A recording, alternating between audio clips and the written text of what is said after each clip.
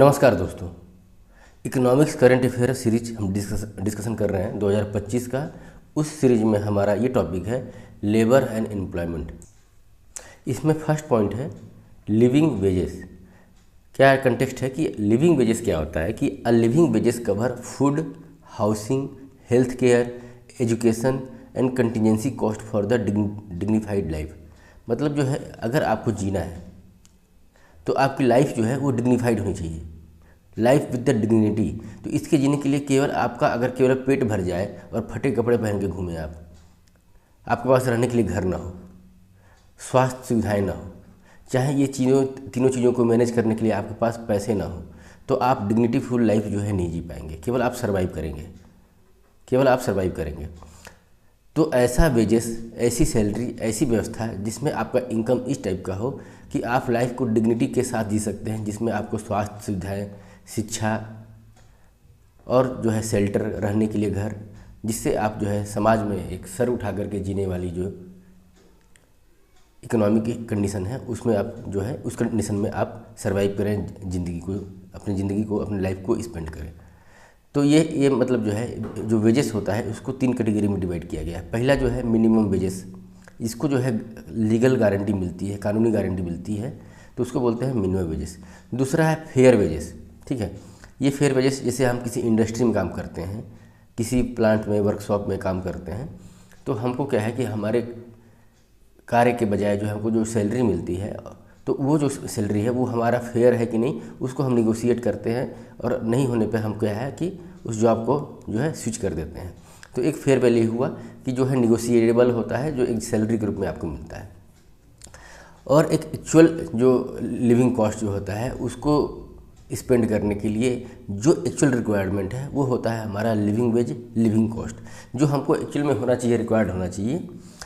और ये non negotiable है, लेकिन क्या है कि गवर्नमेंट से लोग डिमांड करते हैं। मेथोडोलॉजी क्या है कि लिविंग वेजेस कितना होना चाहिए, इसको कैलकुलेट करने का क्या मेथड्स है, तो it is estimates house hold expense, कि मतलब घर के जो खर्चे होते हैं उसमें उसके पूरे खर्चे adjusted for the local prices and divided by the earners.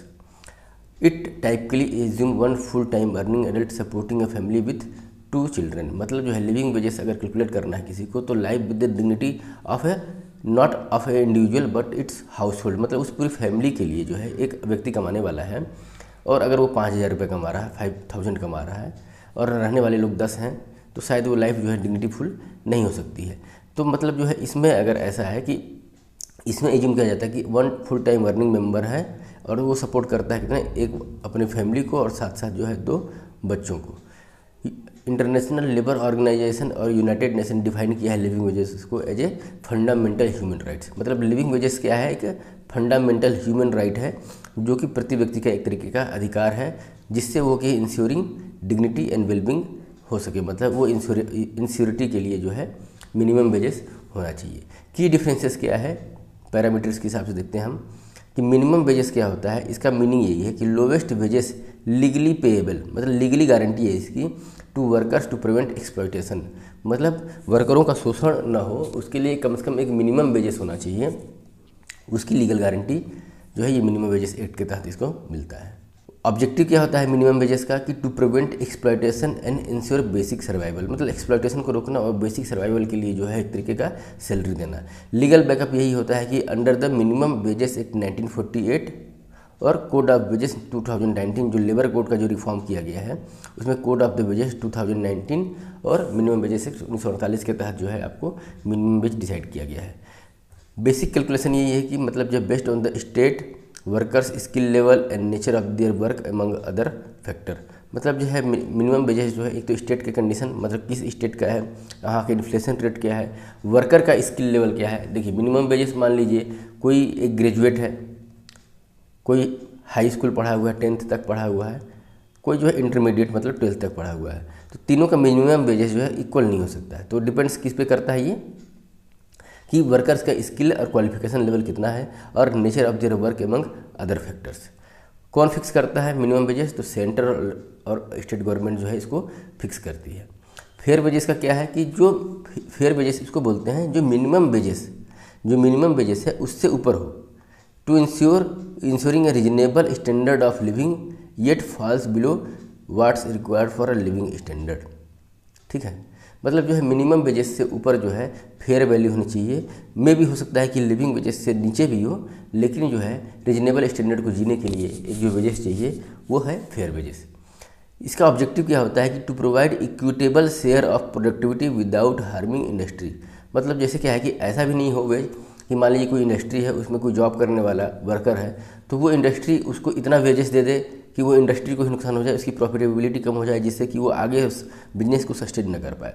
तो ये दोनों का क्या है कि बैलेंस होना चाहिए। बैलेंस का मतलब equitable share of productivity without harming industry. Legal क्या बैकिंग होता है इसका? नहीं, ये क्या है, लीगल इसकी इन्फोर्सिबिलिटी नहीं है, कोई लीगल बैकिंग नहीं है, ये निगोशिएबल आइटम्स है। Calculated considering minimum wages plus industries paying capacity. मतलब मिनिमम वेजेस के साथ साथ जो मिनिमम वेजेस जो होगा गवर्नमेंट के द्वारा जो डिसाइड किया गया है उस पर प्लस जो है जो किसी इंडस्ट्री है उसकी पेइंग कैपेसिटी क्या है, कितना।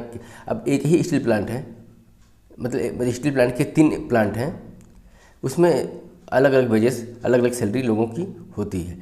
क्यों अलग अलग होती है? देखिए क्या है कि हर एक इंडस्ट्री का जो है एक मापदंड, कैलकुलेशन चाहे कैपेबिलिटी जो है वो अलग अलग होता है, तो उसके आधार पर जो है उनका वेजेस जो है डिफ़र करता है। तो ये फेयर वेजेस जो है कंपनी का सिचुएशन के हिसाब से चेंज होता है, लेकिन वो मिनिमम वेजेस से सरप्लस में ही रहता है। इसको कैसे डिटरमाइन करते हैं, कौन फिक्स करता है? तो determine through the negotiation between employers and workers. मतलब एम्प्लॉयर और एम्प्लॉय के बीच में एक तरीके का निगोशिएशन होता है और उसके आधार पर किसी व्यक्ति की सैलरी जो है वो तय होती है। Influence by the ways boards. इस और कैसे इन्फ्लुएंस होता है? मतलब जो है वो कंपनी एक वेज बोर्ड, मतलब जो है एक तरीके का पे कमीशन टाइप का एक बोर्ड होता है, वो बैठ करके ये डिसाइड करती है कि सैलरी कितनी होनी चाहिए। लिविंग वेजेस क्या है? लिविंग वेजेस वही है कि uh wages that allows a worker to maintain a decent life. Decent life होता है, लाइफ विद डिग्निटी होता है, उसको सर्वाइव करने के लिए जो वेज है वो लिविंग वेज है। Covering food, housing, health care, education and some saving. मतलब ये इतनी सारी चीज़ों को कवर करने के लिए जो वेज है वो लिविंग वेज है। To ensure dignified living, social security, savings, children's education and health, ये सब चीज़ें जो है इसमें इंक्लूडेड है। और इसको जो है लीगली जो है इन्फोर्सिएबल नहीं है। Based on actual cost of living with dignity, inflation, social security, quality of life. तो बेसिक कैलकुलेशन कैसे करते हैं इसका कि एक्चुअल कॉस्ट ऑफ लिविंग कितना होना चाहिए, साथ ही साथ कितनी महंगाई दर है, सोशल सिक्योरिटी के लिए और भी क्या इन्वेस्टमेंट चाहे पैसे का रिक्वायरमेंट होगा, और एक गुड क्वालिटी ऑफ लाइफ जो है स्पेंड करने के लिए और क्या चीज़ें चाहिए, उन सब का जो है एक तरीके का ये कैलकुलेटेड वे में लिविंग वेज निकाला जाता है। इसका जो है फिक्स करने के लिए अभी कोई संस्था नहीं है।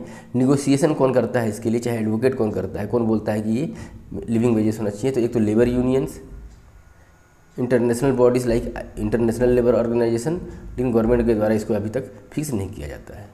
नेक्स्ट टॉपिक है हमारा digital gold. Digital gold investment से संबंधित क्या होता है डिजिटल गोल्ड की क्या कंटेक्स्ट क्या है इस न्यूज़ का कि सेबी वार्न दैट डिजिटल और चाहे e gold product sold on the online platform are unregulated. मतलब जो ऑनलाइन प्लेटफॉर्म पे जो है डिजिटल गोल्ड और ई गोल्ड सेल है वो क्या है, अनरेगुलेटेड है, as they are not classified as a security और commodity derivatives living investors without a regulatory protection. मतलब जो इनमें इन्वेस्टमेंट करने वाले लोग हैं उनको जो है सेबी ने वार्न किया है कि ये जो ई गोल्ड चाहे डिजिटल गोल्ड है वो जो है सेबी के रेगुलेशन में नहीं है, ये एज ए सिक्योरिटी बोला जाए, स्टॉक बोला जाए या कमोडिटी बोला जाए, वो ये किसी भी कैटेगरी में नहीं आते हैं।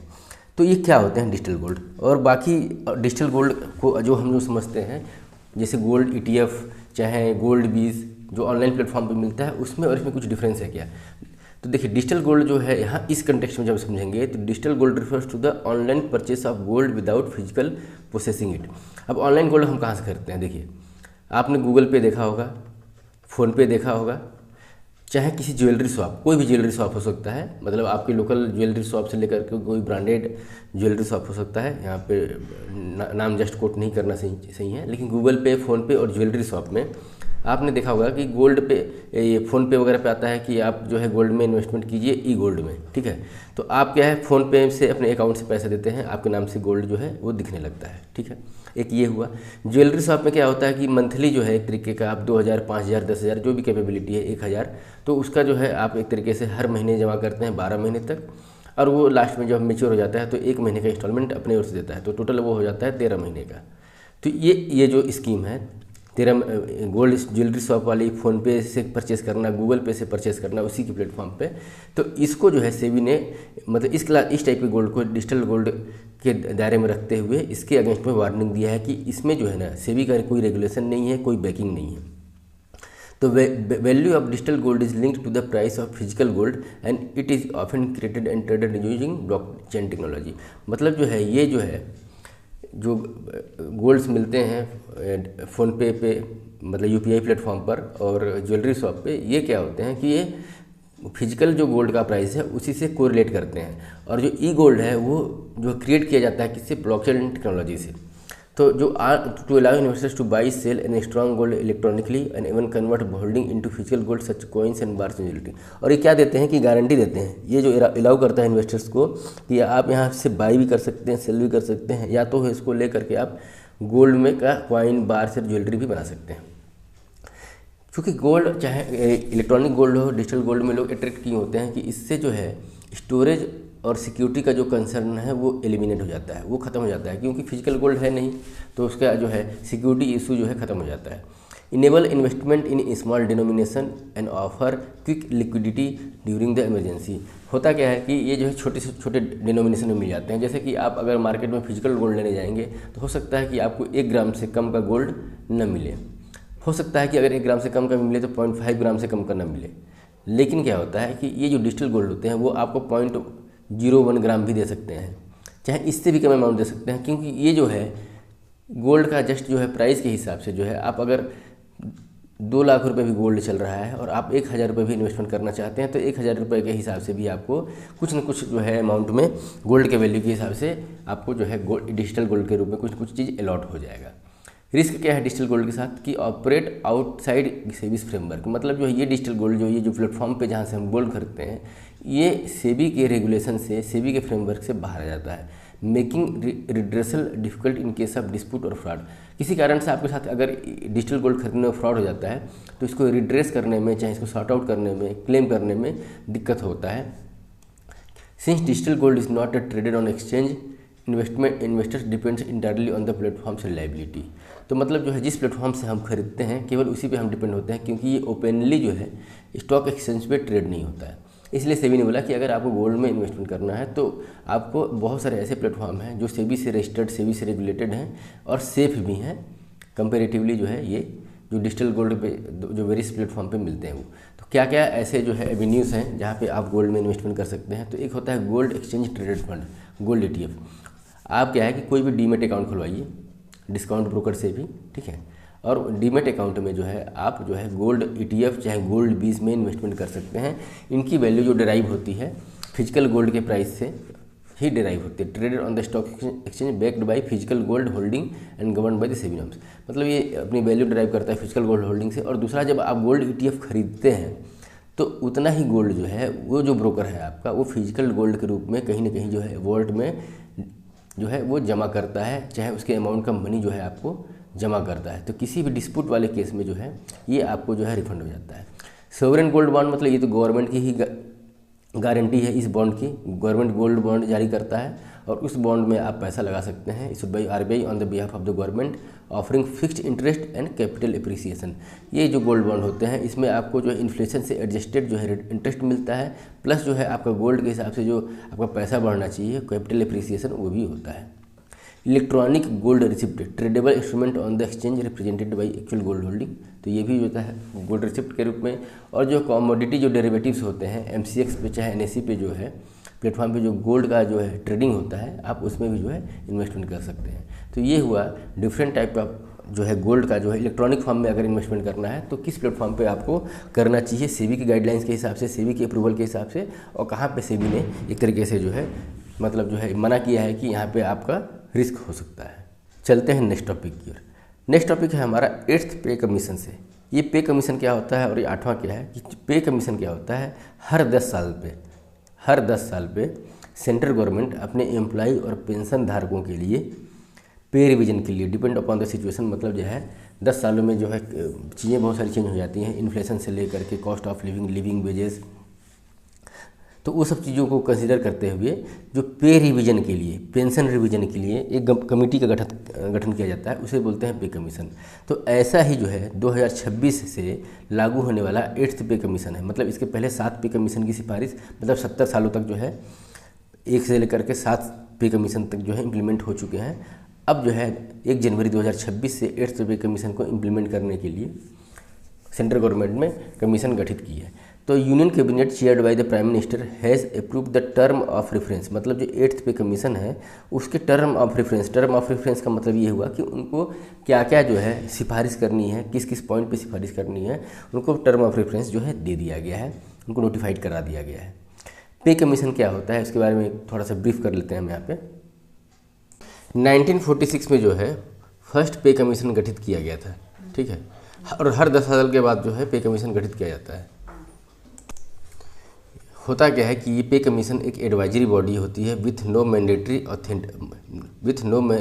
Authority for government to accept its recommendation. मतलब प्योरली जो है ये एक रिकमेंडेशन वाली बॉडी होती है, एडवाइजरी बॉडी होती है।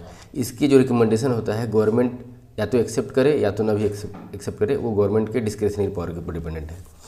सेंट्रल गवर्नमेंट जो है इसे सेटअप करती है to review the salaries, allowance and pension based on the inflation, economy and market condition. मतलब जो है इन्फ्लेशन, इकोनॉमी और मार्केट कंडीशन के हिसाब से जो है गवर्नमेंट इसे सेट करती है, रिव्यू करती है, किसके लिए, सैलरी, अलाउंस और पेंशन जो है अपने कर्मचारियों के लिए। 7th पे कमीशन जो है वो जस्टिस ए.के. माथुर की कमेटी के तहत जो है उसकी सिफारिश आई थी। उसने जो है मिनिमम सैलरी जो है बढ़ा करके 18,000 तक कर दिया था और पेंशन जो है 9,000 रुपये कर दिया था। और इसके चलते जो है 2016-17 में जो है फिजिकल बर्डन जो आया था गवर्नमेंट के ऊपर वो लगभग 1 लाख करोड़ रुपए का आया था। ये जो पे कमीशन होता है operate with in the ministry of finance, department of expenditure with expert. मतलब ये जो है डिपार्टमेंट इसको ओवरलुक करता है।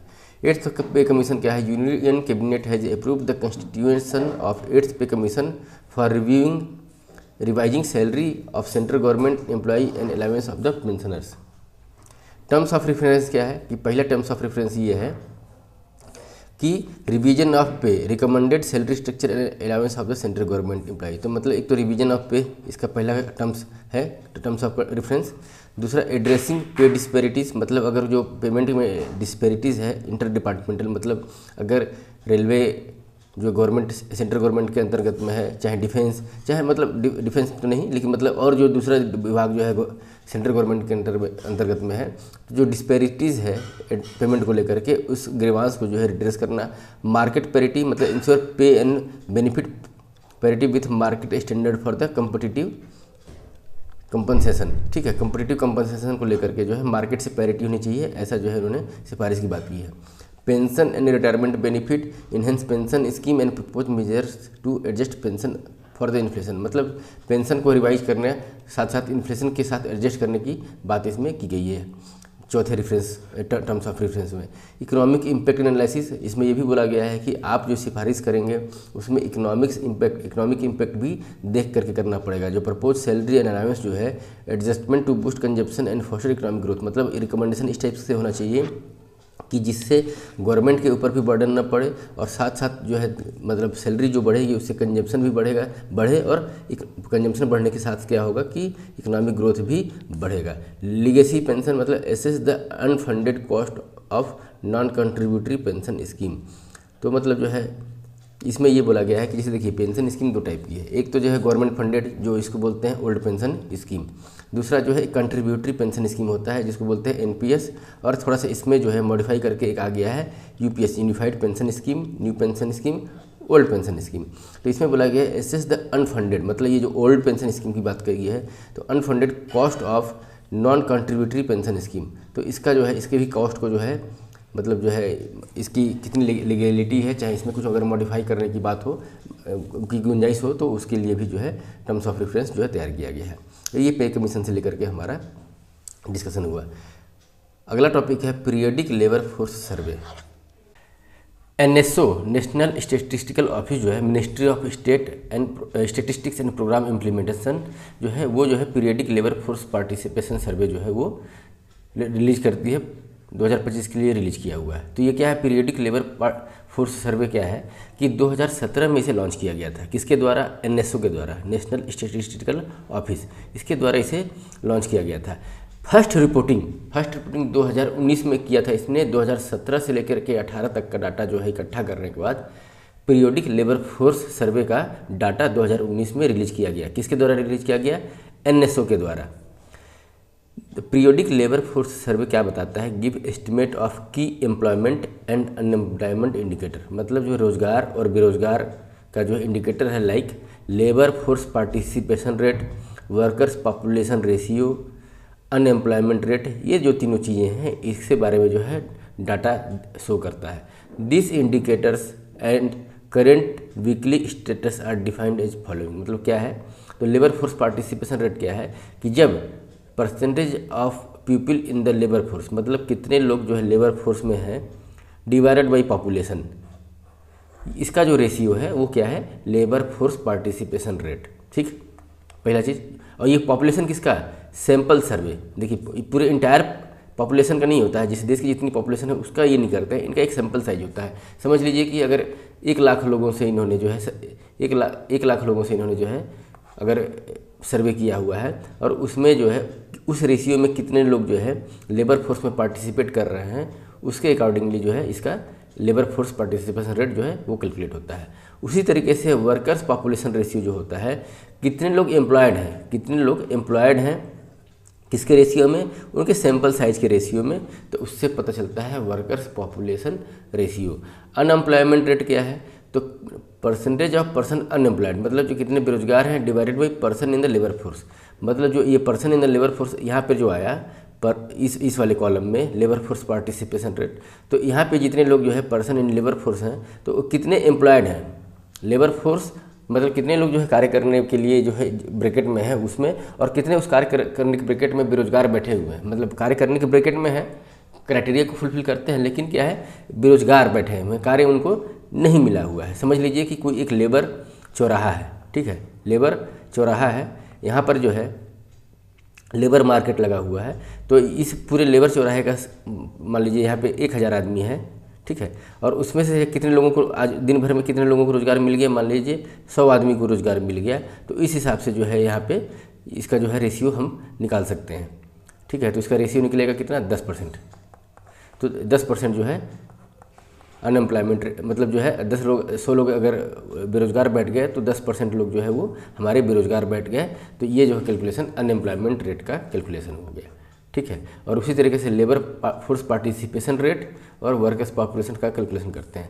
करंट वीकली स्टेटस क्या है कि बेस्ट जो ये हम सर्वे करते हैं, ये 3 survey, labour force participation rate, workers population ratio, unemployment rate, तो इनके कैलकुलेशन से पहले, इनके एस्टिमेट से पहले, based on the employment during the last 7 days before the survey, मतलब इनका जो सर्वे हम करते हैं तो उसके पहले 7 डेज बिफोर जो है जो एम्प्लॉयमेंट का जो कंडीशन रहता है वो हमको बताता है करंट वीकली स्टेटस। ये हुआ। ये क्या ऑब्जेक्टिव्स होते हैं इन सर्वे के? तो vital employment and unemployment indicator like labour force participation rate are estimates quarterly in urban area using current weekly status. तो करंट वीकली स्टेटस जो होता है वो एक तरीके से क्वार्टरली एस्टिमेट करने में मदद करता है। कहाँ पे? अर्बन एरिया में लेबर फोर्स पार्टिसिपेशन रेट को कैलकुलेट करने में। ये हुआ करंट वीकली स्टेटस का एक, तो ये हुआ ऑब्जेक्टिव, इससे एम्प्लॉयमेंट और अनएम्प्लॉयमेंट का मतलब एक तरीके से जानकारी मिलती है। दूसरा ऑब्जेक्टिव है कि to estimate employment and unemployment indicator in both usual status and current weekly status in both rural and urban area. तो मतलब जो है मतलब स्टेटस, ये वाला जो स्टेटस होता है एम्प्लॉयमेंट और अनएम्प्लॉयमेंट का, वो ग्रामीण क्षेत्रों में और शहरी क्षेत्रों में भी हमको इन्हीं इंडिकेटरों के थ्रू मिलता है। तो ये तो हुआ मतलब लेबर फोर्स पार्टिसिपेशन जो सर्वे होता है, पीरियोडिक लेबर फोर्स सर्वे जो होता है, उसका क्या किया गया है अभी हाल फिलहाल में, इसमें कुछ चेंजेस किए गए हैं।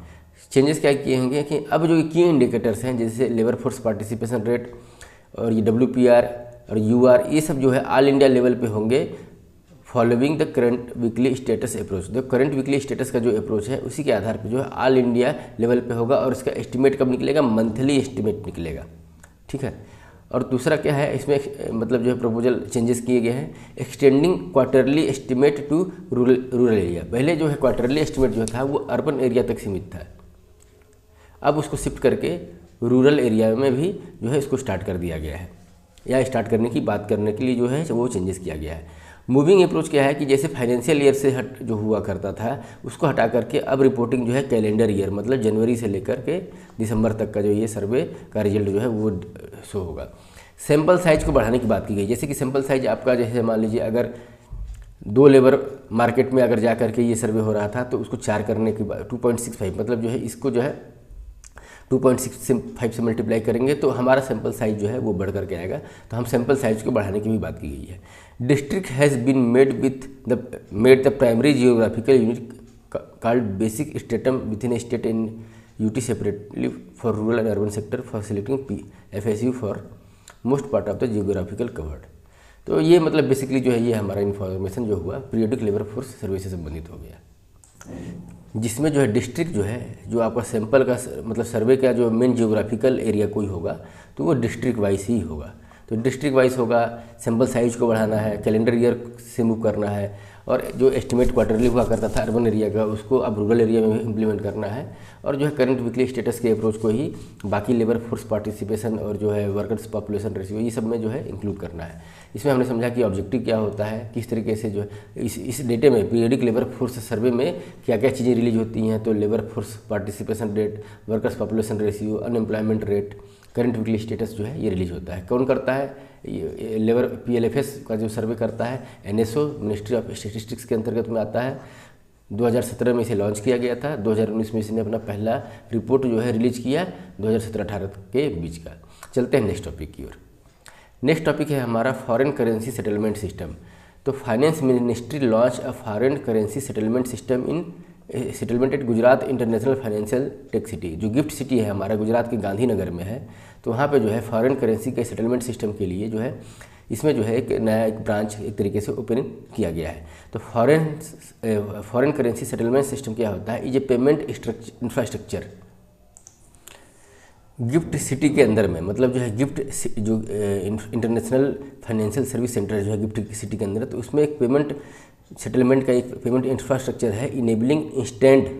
जो ये पेमेंट इंफ्रास्ट्रक्चर का जो नया सेटलमेंट किया गया है वो क्या करेगा? इनेबलिंग इंस्टेंट और real time settlement of foreign currency trades and payments. पहले क्या होता था कि आपका जो करेंसी का सेटलमेंट क्या है किसी रूट के थ्रू होता था, मतलब जो है जैसे it replaces the traditional method of routing payment through multiple foreign banks. मतलब सेटलमेंट होने के लिए क्या होता था कि पहले एक फॉरेन बैंक से दूसरे फॉरेन बैंक, फिर डोमेस्टिक बैंक, इस टाइप से किसी एक रूट के माध्यम से होता था। लेकिन अब इसको क्या है कि रियल टाइम सेटलमेंट जो है डायरेक्ट सेटलमेंट के लिए मतलब एक इंफ्रास्ट्रक्चर तैयार किया गया है। ये जो ऑपरेट होगा it operates under the supervision of the international financial service centre authority and is governed by the payment and settlement system act 2007। तो जो है पेमेंट एंड सेटलमेंट एक्ट 2007 और IFSC जो है इसको जो है मेन इसके operating and governing and supervisory body होगी। ये क्या सब्सिडियरी है? क्या CCIL IFS जो है बोलते हैं, जैसे clearing corporation of India limited, ये जो है एक सब्सिडियरी बॉडी है जो इस चीज़ को देखेगी। IFSCA जो है एक स्टैट्यूटरी रेगुलेटरी बॉडी है जो कि इस्टेब्लिश किया गया था international financial service centre authority act के तहत इसको जो है इस्टेब्लिश किया गया था। पर्पज़ क्या था? To develop and regulate financial products service and institution in India as IFSC। ठीक है, तो इसके मेन पर्पज़ यही था कि एक जो है मतलब जो है फाइनेंशियल मार्केट को रेगुलेट करने के लिए, फाइनेंशियल प्रोडक्ट सर्विस आदि जो है एक सर्विस को प्रोवाइड करने के लिए इस स्टैट्यूटरी बॉडी का जो है गठन किया गया था। Initially the system supports the settlement in US dollar, British pound and euro with plan to add more global currency. मतलब शुरुआत में जो है केवल ब्रिटिश पाउंड, यूरो और डॉलर में इसका सेटलमेंट होता था, और बाद में जो है इसमें और भी ग्लोबल करेंसियों को जो है ऐड करने की बात है, जिसमें जापानीज येन और युआन चाइना का जो है उसमें ऐड होने की बात है। गिफ्ट सिटी क्या है? ये एक प्लान्ड सिटी है, ग्रीन स्मार्ट सिटी के तहत जो है गांधीनगर में डेवलप किया गया है। एम क्या है कि to create a world class financial and technological hub that relocate offshore financial service to India and attract global investment. मतलब जो इंडिया से बाहर जो है, मतलब बहुत बार जो है इंडियन बिजनेस वगैरह जो है फॉरेक्स वगैरह का जो ट्रेड वगैरह होता था उसका सेटलमेंट जो है इंडिया से बाहर होता था, तो उसको इंडिया में शिफ्ट करने का एक ग्लोबल तरीके से जो है एक प्रयास जो है इस गिफ्ट सिटी में किया गया था ताकि जो है ग्लोबल इन्वेस्टमेंट, फॉरेन इन्वेस्टमेंट को अट्रैक्ट किया जा सके। इसके अंदर दो जोन हैं। एक जो मेन फाइनेंशियल सर्विस जो प्रोवाइड करने वाला जोन है, IFSC जिसको बोलते हैं, वो स्पेशल इकोनॉमिक जोन के रूप में काम करता है। Special economic zone which host India first IFSC, ठीक है। और उसके बाद जो है, उसके बाद का जो बाहर का जोन है उसको बोलते हैं डोमेस्टिक टैरिफ एरिया। जैसा कि हमने डिस्कशन एक बार पहले भी किया था, जब स्पेशल इकोनॉमिक जोन हम डिस्कशन कर रहे थे, तो मैंने बताया था कि जैसे कि इस स्पेशल इकोनॉमिक जोन है तो इंडिया की बाउंड्री के अंदर ही, इंडियन टेरिटोरियल बाउंड्री में है, लेकिन इसको हम क्या बोलते हैं, एक तरीके से फॉरेन टेरिटोरी के रूप में जो है टैक्स वगैरह, रूल्स एंड रेगुलेशन वगैरह जो होता है एक तरीके से लिबरल होता है, इसको फॉरेन लैंड चाहे टेरिटोरी मान लिया जाता है। इसके बाहर का, अगर इस लैंड मास के बाहर का कोई अगर बिजनेस हब है तो उसको हम क्या बोलते हैं, DTA, domestic tariff area, which supports complementary business and infrastructure. और ये जो है, ये डोमेस्टिकली जो है रूल्ड, चाहे डोमेस्टिकली कानून वगैरह जो है इस पर इम्प्लीमेंट चाहे लागू होते हैं। तो इस तरीके से हमने इस टॉपिक में क्या देखा कि foreign currency settlement system India में किस तरीके से अभी IFSC गांधीनगर गिफ्ट सिटी के रूप में हो रहा है, कैसे जो है वेरियस जो है क्लियरिंग एंड कॉर्पोरेशन इंस्टीट्यूट जो है सब्सिडरी है, इसको ऑपरेट करती है, पेमेंट एंड सेटलमेंट एक्ट के तहत कार्य करता है। पहले जो है किसी एक बैंक से दूसरे बैंक से तीसरे बैंक के थ्रू जो है इस फॉरेन करेंसी का सेटलमेंट होता था, उसको जो है रिप्लेस करके रियल टाइम फास्ट इंस्टेंट जो है रुपीज़ और फॉरेन करेंसी का सेटलमेंट होता है। अब इस पहले जो है डॉलर था, पाउंड था, यूरो था, उसमें और भी करेंसी को ऐड करने की बात भी की जा रही है। गिफ्ट सिटी क्या है कि एक तरीके से ग्रीनफील्ड स्मार्ट सिटी गांधीनगर में स्थित है, फाइनेंशियल टेक्नोलॉजी हब है, फॉरेन इन्वेस्टमेंट को अट्रैक्ट करने के लिए इसे बनाया गया था।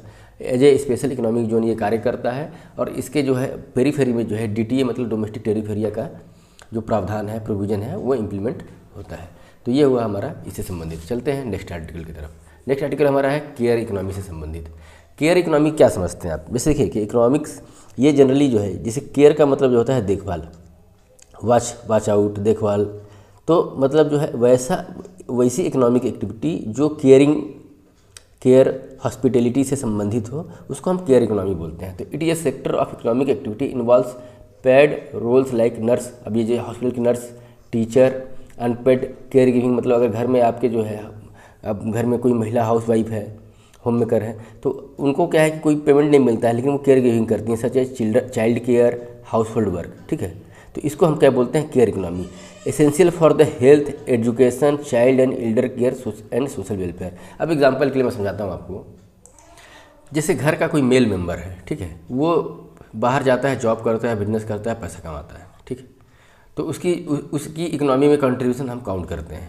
लेकिन एक दूसरा केस देखिए कि अगर उसी घर में कोई केयर टेकर है, अब इसमें मैं केयर टेकर के रूप में बोले तो हाउसवाइफ है, आपकी मदर है, सिस्टर है, कोई भी है, तो उनका इकोनॉमिक कंट्रीब्यूशन क्या है कि विदाउट उनके, क्या ये व्यक्ति मेल हो या ये फीमेल हो जो बाहर जाके जॉब कर रहा है, क्या इनके बिना केयर के, बिना समय सही टाइम पे खाना चाहे और अन्य सुविधाएं जो घर में मिलनी चाहिए, उसके बिना ये व्यक्ति बाहर जाके कार्य कर सकता है, इकोनॉमिक आउटपुट दे सकता है?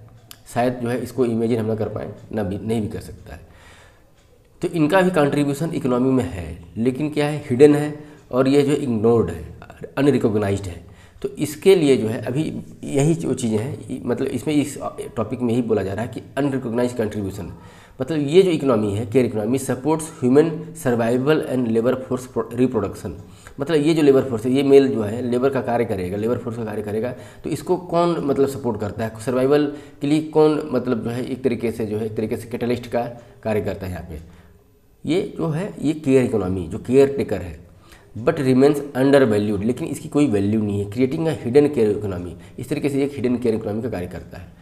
डिफरेंस फ्रॉम मोनेटाइज इकोनॉमी, ये क्या है, जैसे इस मेल का जो है इकोनॉमिक कंट्रीब्यूशन जो है हम उसको मोनेटाइज कर सकते हैं, मॉनेटरी वैल्यू उसकी निकाल सकते हैं, लेकिन इसकी मॉनेटरी वैल्यू हम नहीं निकाल पाते। Unlike the formal market based system, care work often lakhs direct monetary valuation despite it's economic and social significance. मतलब इसका इकोनॉमिक और सोशल सिग्निफिकेंस होने के बावजूद भी हम इसकी मॉनेटरी वैल्यू नहीं निकाल पाते हैं।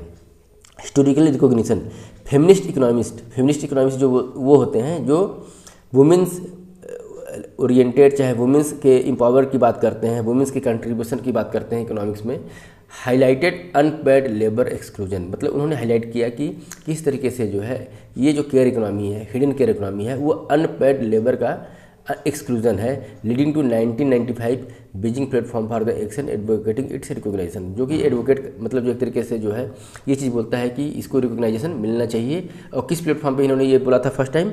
1995 में बीजिंग में platform for the action, Beijing platform for the action is associated with the what, associated with the care economy, unrecognised care economy जो है उसके बारे में जो है इन्होंने बात किया था कि इसको रिकॉग्नाइज किया जाए।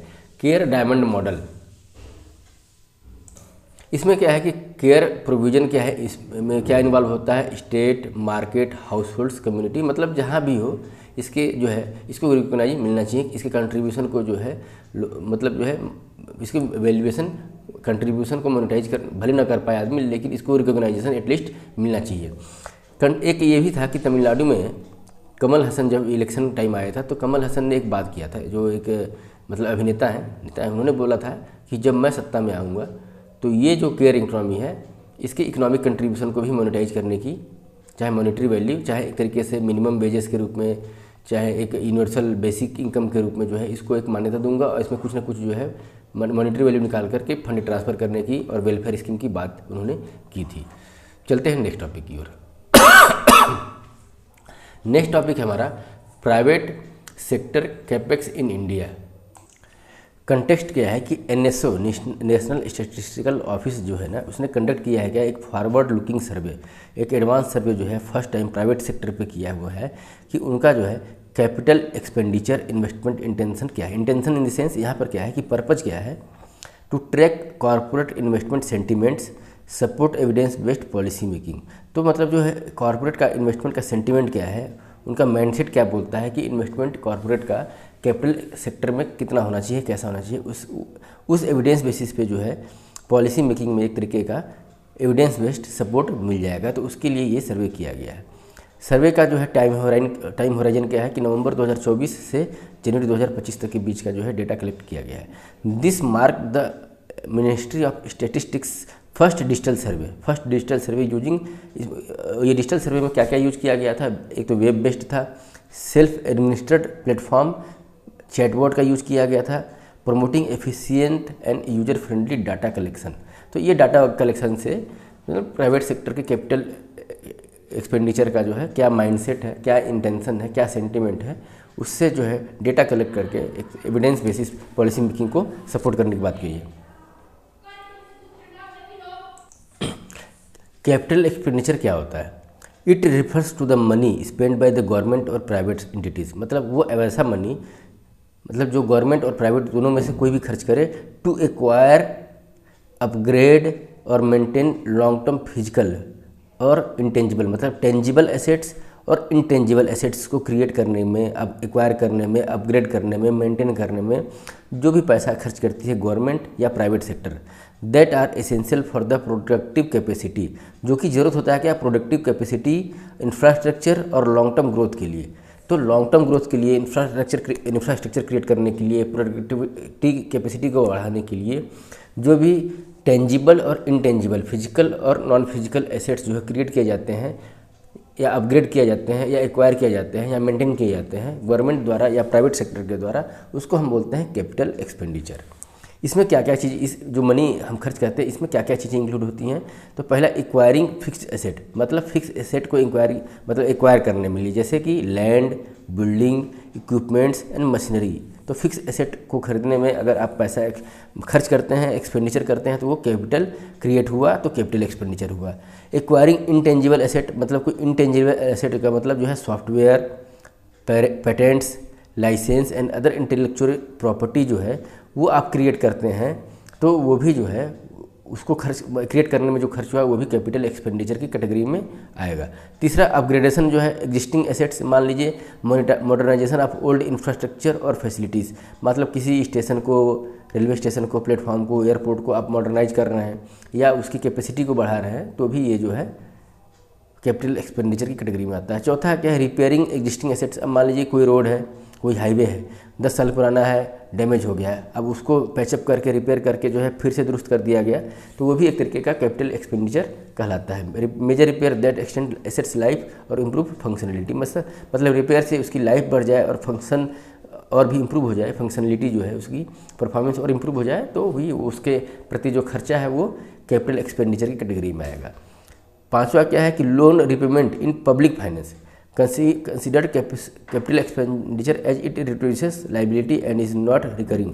मतलब अगर रिकरिंग टाइप का मतलब जैसे देखिए लोन रिपेमेंट जो होता है वो कैपिटल टाइप का हुआ, लोन का जो इंटरेस्ट है वो रेवेन्यू एक्सपेंडिचर हुआ, लेकिन जो लोन अमाउंट जो प्रिंसिपल अमाउंट है उसका अगर रिपेमेंट करते हैं तो वो हमारा कैपिटल एक्सपेंडिचर हुआ। इससे हमारा बर्डन जो होता है पब्लिक फाइनेंस का एक तरीके से जो है लाइबिलिटी हमारी जो है वो रिड्यूस होती है, तो वो भी कैपिटल एक्सपेंडिचर के दायरे में आता है। वहीं जब लोन वाली जो अगर हम कोई फंड लोन लिए हुए हैं और उसके अगेंस्ट में हम इंटरेस्ट दे रहे हैं तो वो इंटरेस्ट जो होता है वो रेवेन्यू का पार्ट हो जाता है। ठीक है, यहाँ पे हम कैपिटल एक्सपेंडिचर को डिस्कशन कर रहे थे। तो इसके साथ ही दोस्तों ये हमारा जो है टॉपिक का डिस्कशन खत्म हुआ।